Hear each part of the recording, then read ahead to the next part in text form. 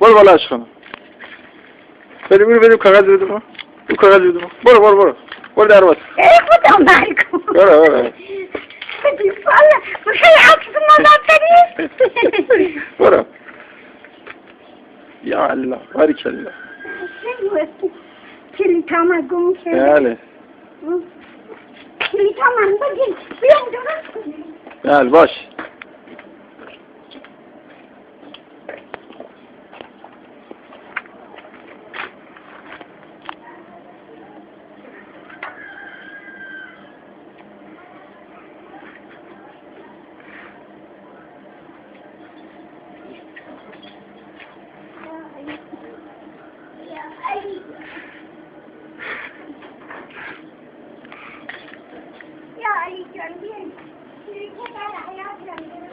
باشه برات درست میکنم.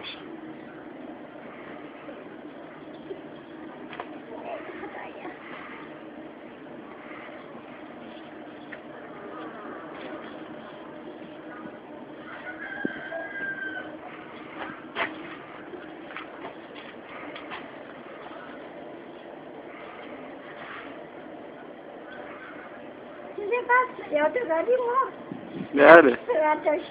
آره عشقانم این یادگاری مامانه. برید نشونش بده به مسئولین عشقانم خب که نگاه کنن بعد ببینن که شما کجا زندگی میکنید.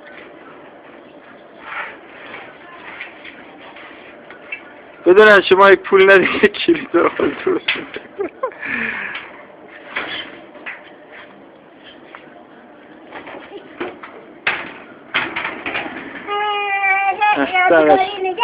آره عشقانم یادگاری برات نگه ماشین زدن صبح خراب کردن. آره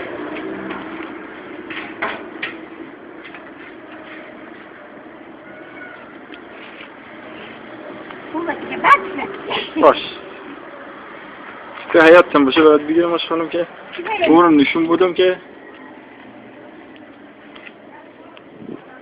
هی خدایا